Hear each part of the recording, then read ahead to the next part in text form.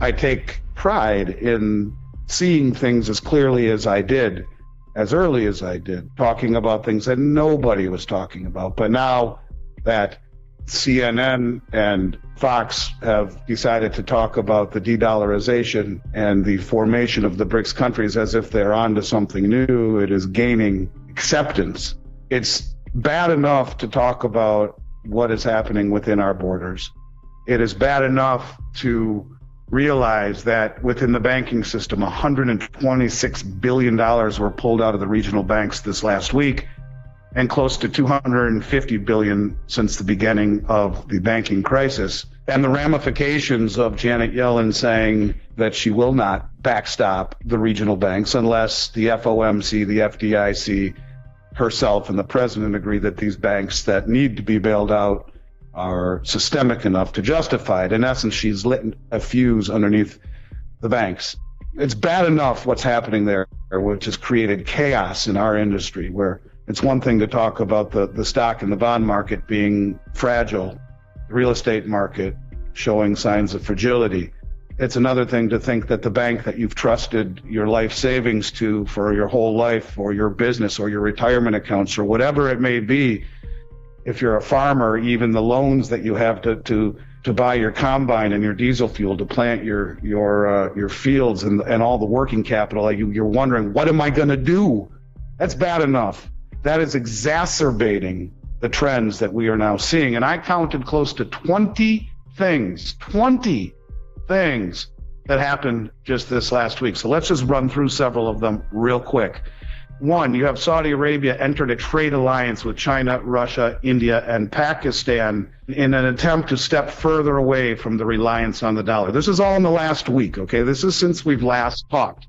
You have China and France completing the first liquid natural gas trade using Chinese yuan, ending the reliance on the U.S. dollar for energy trades. You have China and Brazil, who is the second largest exporter of corn in the world, is now settling trades in their own currencies, ditching the dollar. You have a representative of the Russian State Duma. He's the State Duma deputy, and that's kind of like a branch of the government, that says what we already knew, that Brazil, Russia, India, China, and South Africa are developing a new currency, and that these currencies will have these new reserve currency pegged to commodities.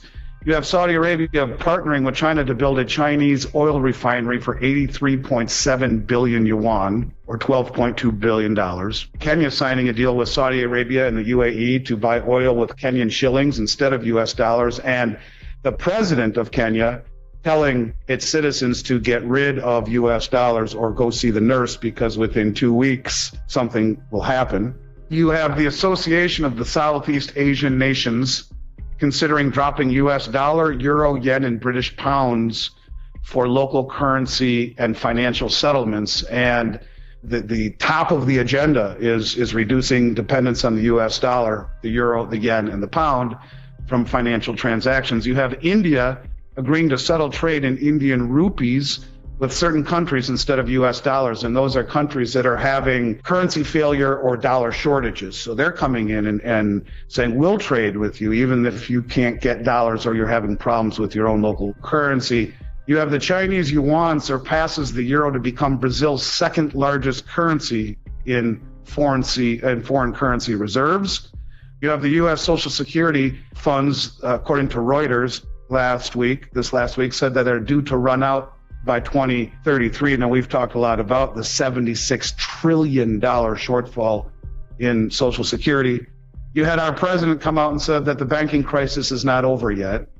You had Saudi Arabia agree to join the Shanghai Cooperation Organization as a dialogue partner. That's the first step, is becoming a full member. It's a big deal because the Shanghai Cooperation Organization, which represents close to 60% of the Eurasian landmass and pretty darn close to that same percentage of population of the world, which is a military organization as well. So, if you're going to break free from the dollar and the petro reserve standard, and certainly having your ducks in a row in terms of protection, we've talked at length about how they signed the protection agreement with Russia, and now they joined the Shanghai Cooperation Organization. You're talking about being protected from the West and the ramifications of leaving the petrodollar. We learned again about the BRICS currency, that it would be backed by gold and commodities such as rare earth metals. And then you have from the stupidity department, NATO fully to adopt Finland, further antagonizing Russia.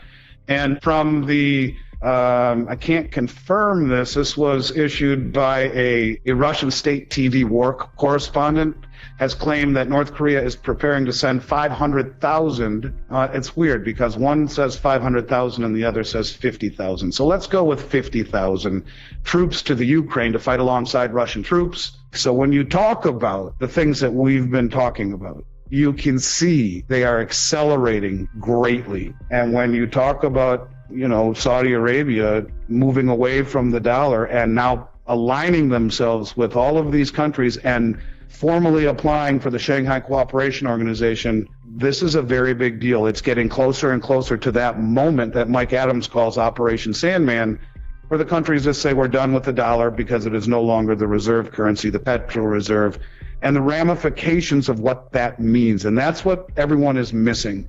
And that's the one thing that I keep harping on. When this happens, you better have your ducks in a row. You better have your house in order, because it's too late if you don't. Because when this happens, you will see a flood, a tsunami of inflation hitting our shores, where there's 2 or 3 or 4 times the amount of dollars outside the country than there is here inside it.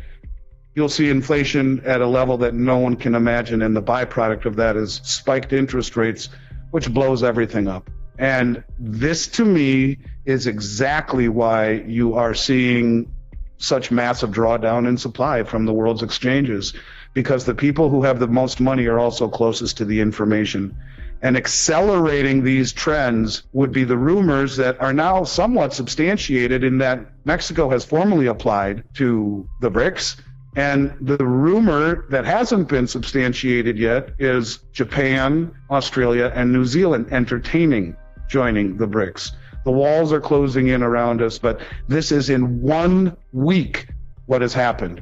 And when you talk about an acceleration of events, this is exactly what this is. And to me, it only is exacerbated by the idiocy and the stupidity of our monetary and fiscal policy here at home, and doing things that make us the laughing stock of the world, like meddling with the election and arresting former President Trump on things that are 1,000 times less meaningful than what the own administration's family has been involved in. And I think the world sees this, that we are becoming a country that certainly is not what we once were or what we stood for.